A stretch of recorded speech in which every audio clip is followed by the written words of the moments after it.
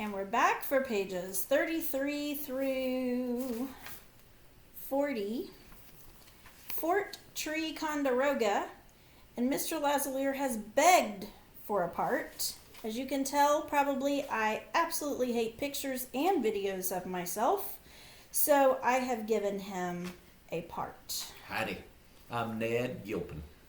Gillen, excuse me. Evidently he don't read so well. I don't read so well. And he's got his old man glasses too. Because I gotta have these if I want to read at all. Okay. All right. Well, I'll start and then he'll get to read you the letter from Ned. Fortunately, the last day of school was brief, just long enough to hand out report cards and clean our desks. After lunch, when Shady said I could use the old tree house out back for having friends over, he was off on 2 counts. First, I didn't have any friends. No friends. Second, that conglomeration of half-nailed boards could hardly be called a treehouse. Go ahead and underline conglomeration. That's another of your vocabulary words. It's going to be a long video. This is another one of your vocabulary words. So a conglomeration, that conglomeration of half-nailed boards. So it's a dilapidated structure, odds and ends put together. So whenever we do our vocabulary questions, you'll want to look for something that might go with conglomeration, something that's just kind of thrown together. Nothing to add? It's a really good treehouse. Okay. Oh, it was a treehouse, all right. 30 feet up with nothing to climb on except skinny branches and a rope ladder that looked to be holding on for dear life. But I'd spent part of the afternoon helping tidy up around Shady's place, and now I wanted to be alone to look through the Lucky Bill cigar box I'd found under the floorboards. That treehouse looked to be as alone as I could get. So I stuffed the box in my satchel and climbed one creaky step at a time. The daylight coming through the floorboards was enough to make me wish I had a little fat on me so I wouldn't slide right through to the ground. Inside, I looked out a jagged hole that was pretending to be a window. I could see everything from up there. The Manifest Herald on one side of the hardware store, Koski's Diner, and the Better Days Funeral Parlor on the other. What a horrible name for a funeral home. Better Days Funeral Home. Well, that's what they say. He's seen better days. Across the street were the bank, the post office, Dawkins Drug and Dime Store, Cooper's Barber Shop, and the Curly Q Beauty Emporium. All those train tracks that Gideon was on, and those train tracks that Gideon was on the other end of. Then I saw Letty and Ruth Ann run into Dawkins Drug and Dime. I'd stood on the outside looking in on my way home from school. It had a soda fountain and jars of lemon drops, licorice whips, and candy buttons. I must have been steaming up the window because a stern-looking woman, probably Mrs. Dawkins herself, had shooed me off. I wondered what treats those girls were getting.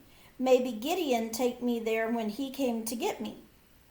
Again, I felt a little off balance, like I'd felt in the newspaper office the day before. But who wouldn't feel a little wobbly in a rickety tree house so high above the ground?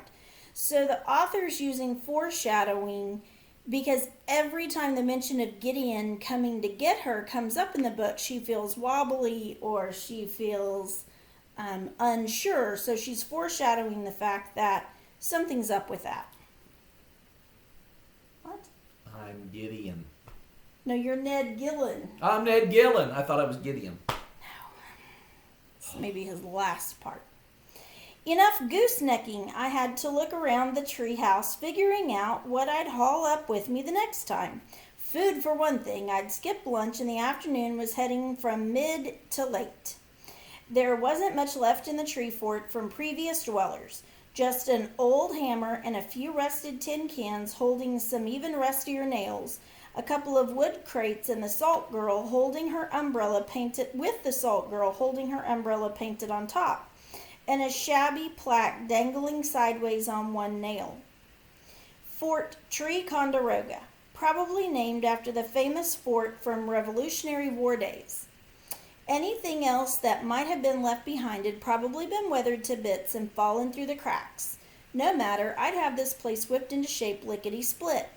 First off, I picked out the straightest nail I could find and fixed that sign upright. Fort Ticonderoga was open for business. Kneeling in front of one of the crates like it was an altar, I opened the cigar box and let the contents tumble out. There was the map, not a folded up road map, but a homemade one on faded paper with worn edges. It was a hand-drawn picture of places around the town labeled with names. Up top in a youthful hand were the words, "The Home Front." Then there were the keepsakes, little things kept for the sake of something or someone. A cork, a fish hook, a silver dollar, a fancy key, and a tiny wooden baby doll, no bigger than a thimble, painted in bright colors, with a face and everything. To me, they were like treasures from a museum, things a person could study to learn about another time and the people who lived back then. Then there were the letters. I selected one and held the thin paper to my nose, wondering, hoping that I'd smell something of Gideon as a boy. Maybe smells like a dog or wood or pond water. I felt like I was floating in my daddy's world of summer and hide and seek and fishing when I opened the paper and read the greeting, "Dear Jinx," it said in an unfamiliar penmanship. My heart sank like a 5-gallon bucket full of disappointment. The cigar box and letters didn't belong to Gideon, but I kept reading. It's your big roll. Well now, seeing as how I'm not Gideon, my name is Ned Gillen. And you see I'm writing this here letter on the Santa Fe Railway. I'm sitting in the car next to the caboose. January 15th, 1918. That was a cold day. So here we go. Dear Jenks, if my penmanship is a bit jiggly, it's because I'm writing to you from the train. You know, you're sore at me for leaving, but when you're older, you'll understand. Besides, I won't be gone long. Check in on Pop for me. He might need a little help at the hardware store. In the meantime, somebody's got to keep watch on the home front. With the war going on, that'd be World War I, or the big war. We've talked about that. Thank you. You can't be too careful about spies. German spies. Sorry. Germans. You've heard some of the fellas talking about someone rattling around in the woods at all hours. Just last month, Stucky Sabolkis and Danny McIntyre, Sabolskis. Oh, that's a weird name. They said they was out at night fishing when they heard a rattling that sent their dogs into a tizzy. Stucky says his dog Bumper can sniff out spies just as well as raccoons. But after sniffing around the woods, both dogs came back with nothing but a shank bone to show for the reference. Well, that rattling spy, he's probably digging up all kinds of secret information to give to the Germans. Germans. Like what's the best time to catch night crawlers or which boys are sneaking out at night to go skinny dipping. I wrote up a map for you so you know what's important while you're protecting the What landscape. you're protecting. What you're protecting, you know, the town. Plus I left some mementos I know you've been eyeballing. My Liberty Head silver dollar, fishing lure, and a skeleton key. Don't get any ideas when I get back, which will probably be by the end of summer. They are to be returned to the rightful owner, me. So remember, be on alert, keep your eyes and ears open. The Rattler is watching. Ned, signing off. I feel like we have to applaud or something. Thank you. The yellowed paper felt brittle in my hands. Homefront, spies, skinny dipping. I didn't know Ned or Jinx, but the words in that letter thrilled me. Their lives seemed full of adventure and mystery. A girl's voice jolted me from my thoughts. "Abilene, you-hoo, Abilene, you up there?" Someone called. "Shady said we'd find you in that treehouse, but from the looks of it, you're likely to fall out any minute." I peeked out of the treehouse, then pulled my head back quick. It was Letty and Ruth Ann. I had wanted them to come. I should have been glad they did, but I was still filled with disappointment about the letters not being to Gideon and curiosity about Ned and Jinx and the spy known as the Rattler. "I can't work on that assignment just now," I hollered back without looking. Assignment? It's the last day of school, for crying out loud, Letty said. The assignment can wait. After all, everyone's on vacation. That's right. We just saw Sister Redempta wearing her wading habit down by the river, Ruth Ann yelled. I poked my head out. You did?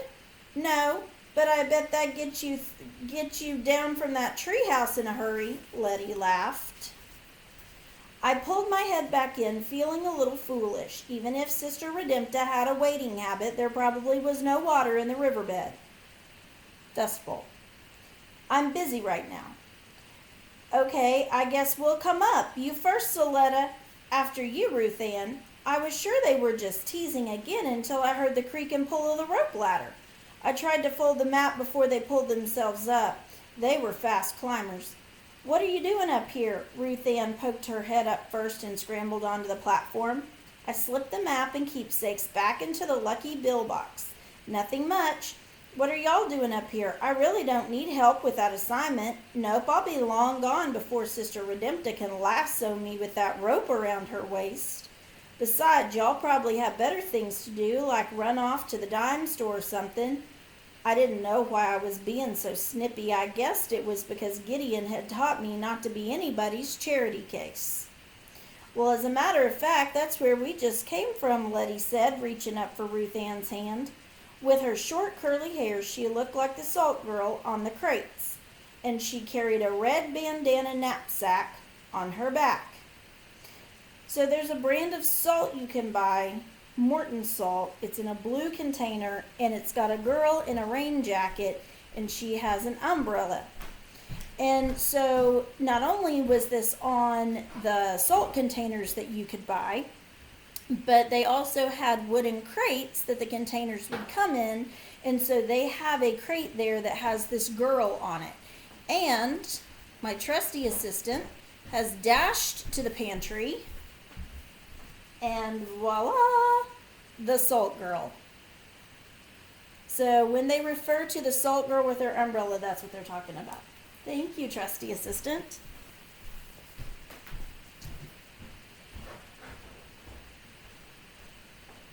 Read on.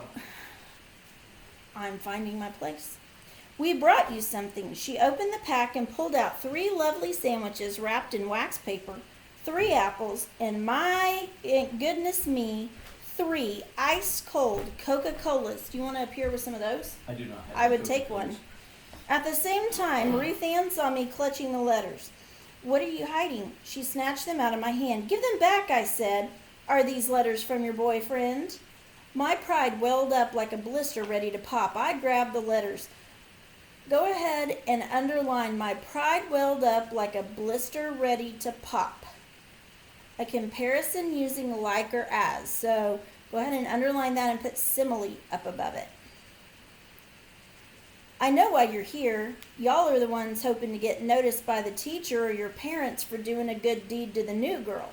Well, I don't need no corpus works of mercy, I said, slipping into my new girl in town way of talking, so y'all can just find someone else to get your extra credit from this summer.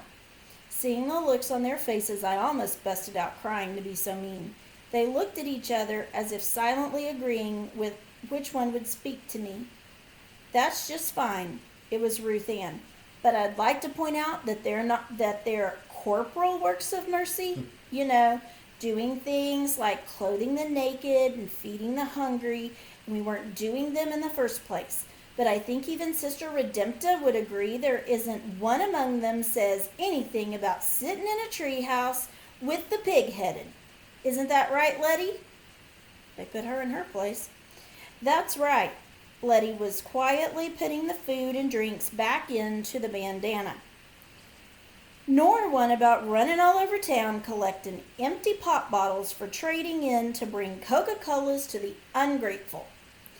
So you used to be able to collect pop bottles off the top of glass bottles. You remember doing that? Yeah, but I think they actually were getting the glass bottles to trade in for like a couple of pennies to return. My dad said they used to collect bottle caps. Yeah, but I think in this case they were collecting the bottles. Okay, well, whatever. You could collect them, turn them in, and get 5 cents. 5 cents. But back in 1918, it was probably like 1 cent or 2 cents. And then you could trade it in for bottles of Coca-Cola. Yeah. So they were about a dime. Wow. Were you alive in 1918? Not quite. Okay, just checking. Missed it by that much. They both stood. I wasn't sure what to say, but knew it had better be something good and quick. Y'all mean y'all don't say y'all? They paused. Then Ruth Ann answered, sounding kind of disgusted, no, we all don't say y'all. That's 2 words. You, all. You might as well get that straight right now. I cleared some dust off the floor with my foot. Anything else I need to know? For while I'm here, that is? Letty and Ruth Ann looked at each other again, probably deciding if they could tolerate me another minute. They must have figured they could, because they sat back down and opened their parcel of sandwiches. Well, Letty said while Ruth Ann popped the bottle tops off with the hammer claw, there's a river, that's when it's in Arkansas. You say it like that, the Arkansas River. But once it hits Kansas, it's called the Arkansas River. That's kind of important.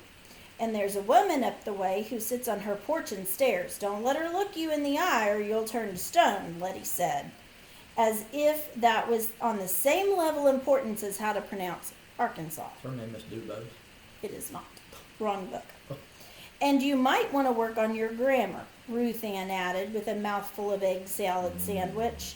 It doesn't bother us any, but fact is, during the summer, we all talk however we want, but come fall, Sister Redempta's kind of picky when it comes to don't need knows and might couldas. And as for that lasso around her waist, it's not a lasso, it's a rosary, and it's for praying on.